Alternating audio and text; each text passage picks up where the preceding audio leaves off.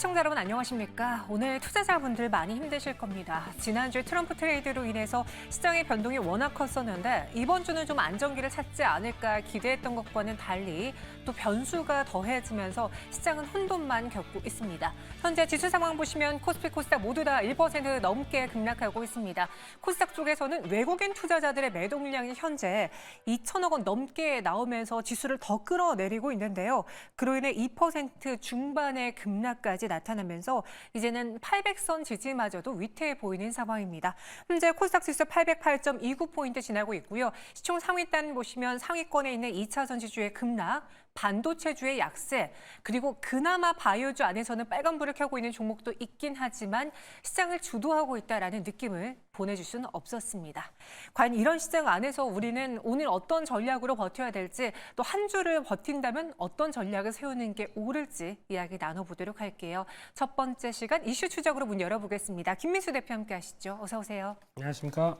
네, 안녕하십니까. 네. 오늘 저희가 이슈 추적에서 시장 이야기 좀 깊게 들어가 볼 텐데 그 전에 오전, 오후장에 약간의 장중에 변화가 있었는지 간단하게 설명해 볼까요? 네, 오전장인데 외국인들 선물 매도 집중되기 시작하면서 네. 선물도 살짝 늘어나네요. 그러다 보니까 시장의 조정세가 연장되는 분위기고 코스닥은 시총 상위주 중심으로 무차별한 매도세가 나오기 시작합니다. 야속한 외국인들입니다. 이렇게 나오기 시작하면서 시장이 갈 길을 못 가고 810선 밑으로 내려가는 점들 참 어렵습니다. 네. 네, 그런 시장이다. 그러니까 선물에서의 매도도 더해지면서 코스피 부담이 더 커졌다라고 평가했습니다. 무엇 때문인지는 다들 아실 텐데요. 정말 트럼프, 바이든 그 전국 혼란 속에 우리 증시가 이렇게 힘들어하는 걸까요? 이슈 추적 통해서 알아보도록 하죠. 첫 번째 이슈 추적 주제는요. 앞서 말씀드린 것처럼 위기의 국내 증시 과연 살아날 수 있는 방안은 있을지 알아보겠고요. 두 번째로는 그 테마 안에서 살아남고 있는 우크라이나 재건주 살펴보겠습니다. 먼저 위기의 국내 증시 보시죠. 트리거는 사실 트럼프 전 대통령의 피격 소식이었습니다. 물론 국내 증시가 최근에 하락한 게 뭐 빅테크의 하락도 있었고 이미 좀 오를 만큼 올랐다라는 과열 신호에 대한 부담도 있었을 수 있지만 그 시발점은 이 트럼프 전 대통령의 갑작스러운 지지율 상승인데요. 그런데 여기에 바이든 대통령의 대선 후보 이탈 소식이 들어왔죠. 그럼 많은 분들이 그렇게 생각하실 겁니다. 지금 민주당에서 바이든 대통령이 사라지게 된다면은 새로운 대권 주자가 나오면서 이 분위기를 반전시켜 줄 수 있지 않을까 했는데 오늘은 아니죠. 일단 왜 그럴까요? 보시죠. 8월 19일에서 20일 민주당 전당대회가 열립니다. 여기서 민주당 의원 투표를 통해서 대통령 후보를 공식 선출하게 됐고요. 앞서 공화당의 경우에는 트럼프 전 대통령으로 확정이 되었습니다. 시사점은 바로 이것입니다.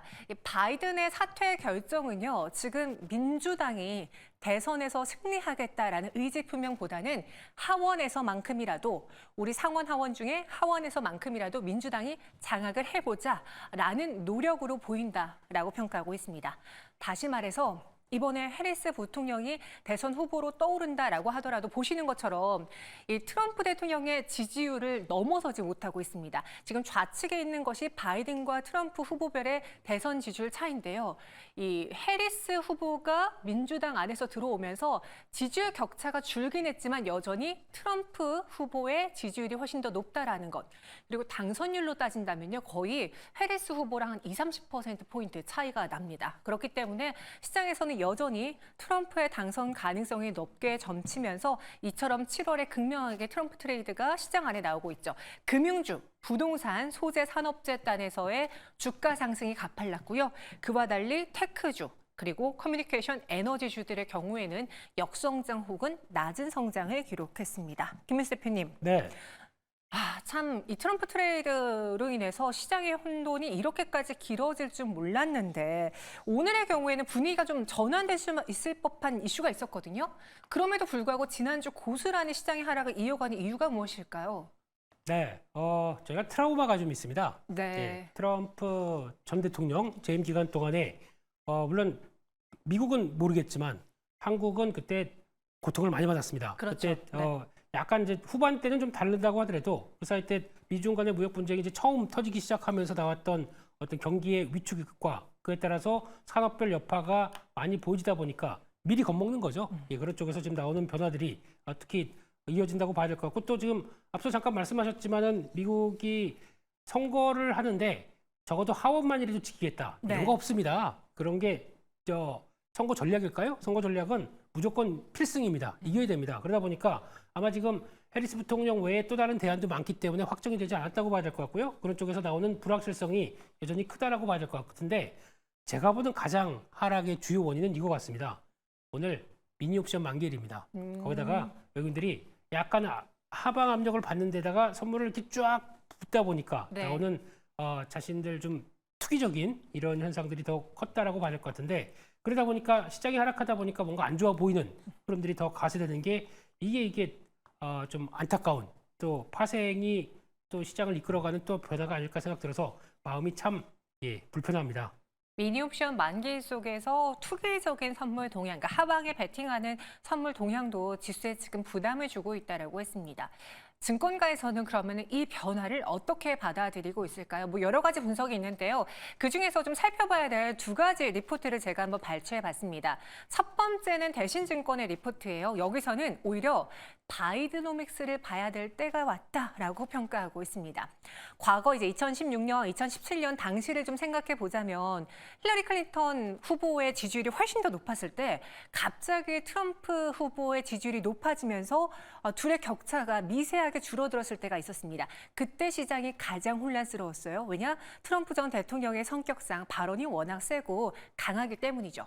그런데 이상한 건요. 오히려 대통령 선거를 며칠 앞두고서부터 증시가 급격하게 저점을 잡고 반등하기 시작했고요. 그 이후에 트럼프 당선 소식이 딱 나오자마자 국내 증시는 오히려 당선 후에 강한 상승 반전을 보여줬습니다.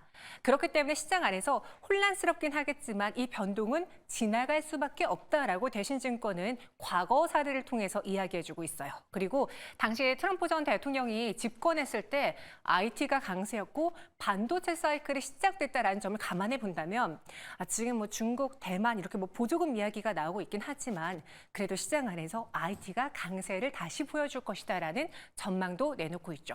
그렇기 때문에 지난주 급락세를 보였던 반도체라던가 IT, 2차 전지, 신재생 에너지 반등해 줄 수 있다라고 보고 있고요. 이와 함께 바이드노믹스도 같이 보자. 특히나 지난주 많이 밀렸던 에너지주들의 경우에는 가격적인 매력도 있다라고 평가하고 있습니다. 또 다음 리포트는 KB증권의 리포트인데요. 트럼프 리스크 주시는 해야 하지만 과거 사례와는 다르다라고 말했습니다. 앞서 김민수 대표님처럼 저희가 과거에 호되게 당했던 경험이 있기 때문에 벌써부터 겁을 먹고 있는데 과거에는 우리 수출 비중에서 중국이 컸지만 지금은 중국의 비중보다는 미국의 비중이 많이 더 높아지고 있는 상황이기 때문에 크게 중국들에게 우리가 피해를 보지 않을 것이다라고 평가하고 있고요. 그리고 MSCI 이머징 마켓에서도 중국의 비중이 많이 줄어들었습니다. 오히려 인도 늘어나고 대만 늘어나고 한국도 늘어났기 때문에 외국인이 중국 증시에서 발을 뺀다고 이머징 마켓에서 다 발을 빼는 게 아니라 선별적으로 발을 뺄 수 있다. 타격은 과거만치 않을 것이다라고 평가하고 있습니다. 더불어 연준의 통화 정책도 꼬집었는데요. 이전 트럼프 대통령 때문에 증시가 혼란스러웠을 때에는 긴축 시기였습니다. 그런데 지금은 금리를 인하할 시기가 도래했기 때문에 이런 거시적인 환경도 과거와는 다르다. 그래서 너무나 비관적일 필요는 없다라고 평가하고 있습니다. 김민수 대표님, 네. 이 리포트 안에서 좀 꼬집어봐야 될 만한 내용이 있다면 뭐가 있을까요? 네, 일단은 무게가 둘 수 있는 게 KB증권 리포트 내용들이 그나마 마음에 듭니다. 왜냐하면 네. 예전에 그랬다고 이번에도 똑같다라고 보기는 좀 어려울 것 같거든요. 네, 거기다가 또 나이가 들은 사람은 좀 나이가 들면 바뀝니다. 네. 네, 그 사이에 5살이나 더 10살인가요? 예, 더 이렇게 들었는데 여기서 이제 과거와 똑같은 뉘앙스로 가겠다 이거는 또 봐야 될 것 같고요. 그런 쪽에서 아마 지금 나오고 있는 중국에 대한 관점들의 변화가 제일 중요하지 않을까 싶습니다. 그만큼 그때부터 시작되어 와서 여러 가지 변화를 압박을 주다 보니까 네. 중국이 부동산 중심으로 많이 힘들었던 부분까지 가세가 되면은 지금 최근에 중국의 위축되는 모습들 이게 어떻게 보면은 과거에는 중국이 약간 우리가 공급을 하는 중간재를 공급하는 입장이었는데 지금 어느덧 약간 경쟁자로 좀 올라올 정도로 많이 컸습니다. 이런 쪽에서 같이 중국을 때리기로 나왔었을 때 우리가 그냥 그 예전처럼 피해를 보는 것이냐 아니면은 약간 경쟁이 좀 위축되기 시작하면서 우리가 좀 더 수혜를 보는 약간 공급망 다변화가 됐었을 때 수혜를 보는 쪽으로 나올 것이냐 이거는 가봐야 될 것 같습니다. 네. 그렇기 때문에 무조건 예전과 똑같기 때문에 위축될 것이다라고 바라보기에는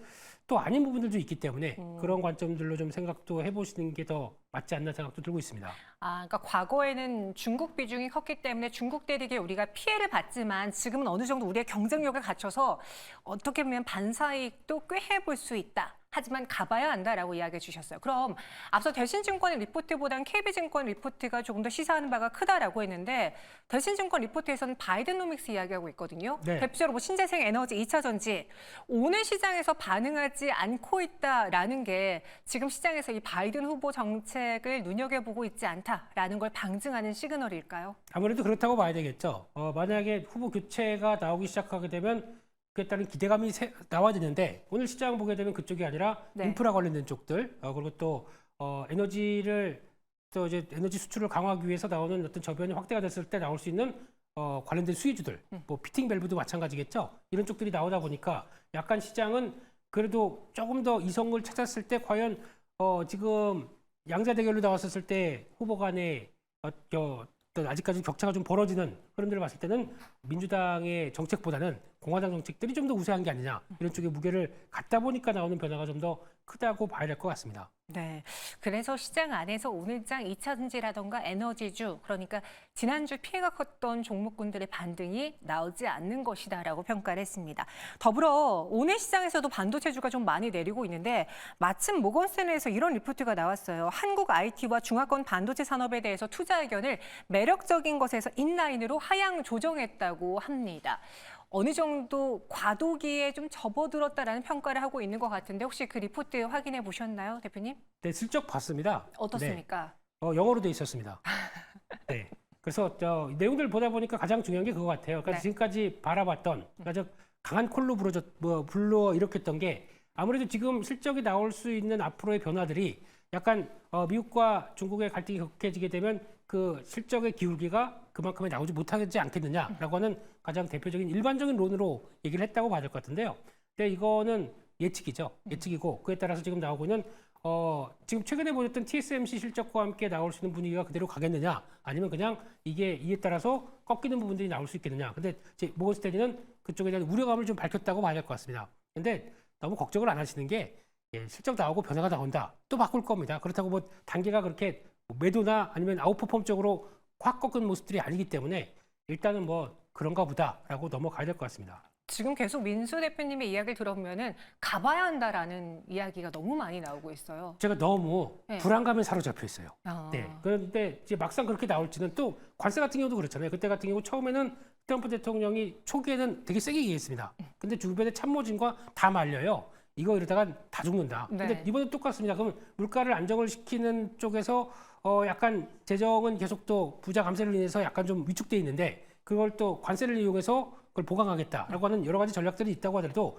물가를 자극시키게 되면 또 여파가 좀 다르게 되겠죠. 그러다 네. 보니까 그 생각하는 것과 또 주변에서 바라보는 것은 다를 수가 있기 때문에 너무 한쪽으로만 바라봐서 우려감만 큰 시점 이게 과연 저희가 시장이 반응이 이렇게 나왔다는 거는 오히려 반대도 생각해야 되지 않나 라는 생각도 하고 있어서 그렇습니다. 너무 공포에 휩싸이지 말자라고 합니다. 그러면 기대봐야 할 건 실적이다라는 이야기도 있어요. 실제로 오늘 장에서 좀 버텨주고 있는 게 조선이라던가 또 오전 장에 화장품주의 반등이 보여줬습니다. 김민수 대표님, 네. 오늘같이 좀 하락할 때 매수 기회로 혹은 비중을 늘려볼 수 있는 물론 단기적인 조정은 겪을 수 있겠지만 추후에 수익을 좀 가져다 줄 수 있는 기대주를 좀 골라본다면 뭐가 있을까요?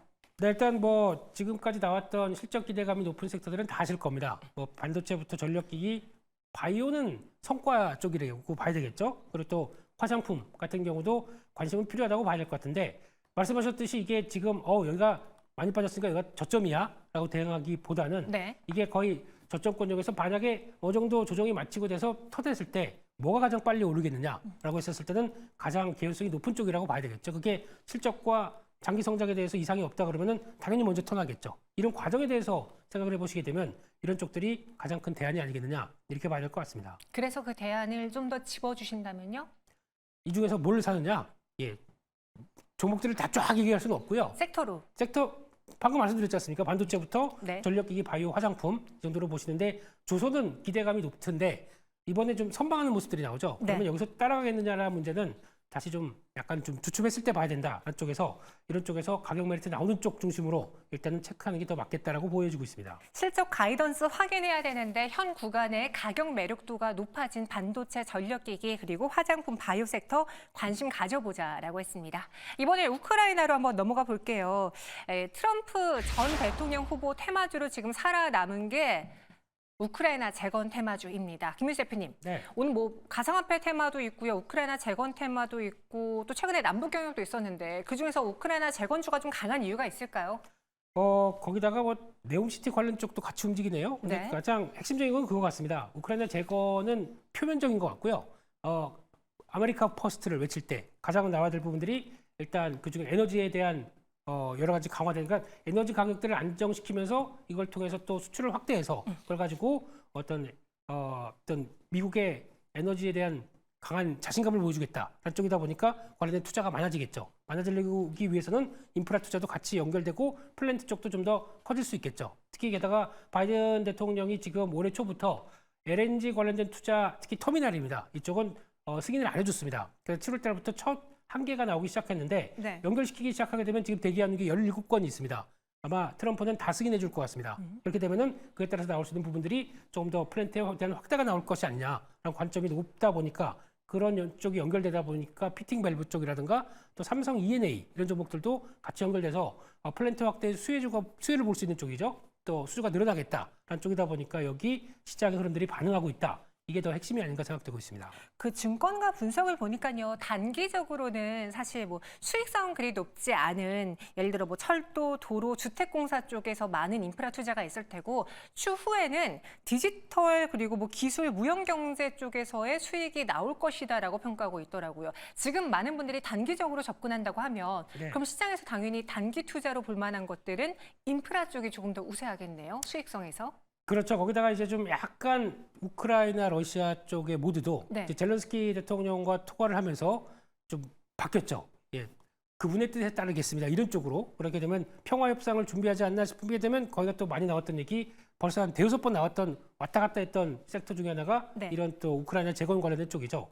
근데 거기서 그 금액이 뭐 120조인가요? 예, 이렇게 되는 흐름이라고 하더라도 이게 이제 결국에는 앞으로 국내 쪽으로 어떤 변화가 나올지 모르겠지만 여기 이제 모멘텀이 하나 주어졌다라는 쪽에서 시장이 반응하는 관점들로 봐야 될 것 같습니다. 네, 오늘 시장에서도 인프라주들이 굉장히 강합니다. 지난주부터 건설 그리고 뭐 인프라 투자 관련 기계주들도 다 같이 올라주는 모습이었죠. 하지만 그 안에서 옥석 가리기가 필요해 보이는 게 이번에 각국에서 지원을 한다면 상당 부분은 미국과 유럽에서 수익성 있는 사업은 가져갈 것이다라고 평가하고 있습니다. 따라서 한국의 경우에는 그 우크라이나 재건 안에서 영향력을 발휘할 것들 사업 분야가 좀 적죠. 어떤 종목을 옥석 가리기로 미리 준비해 볼까요?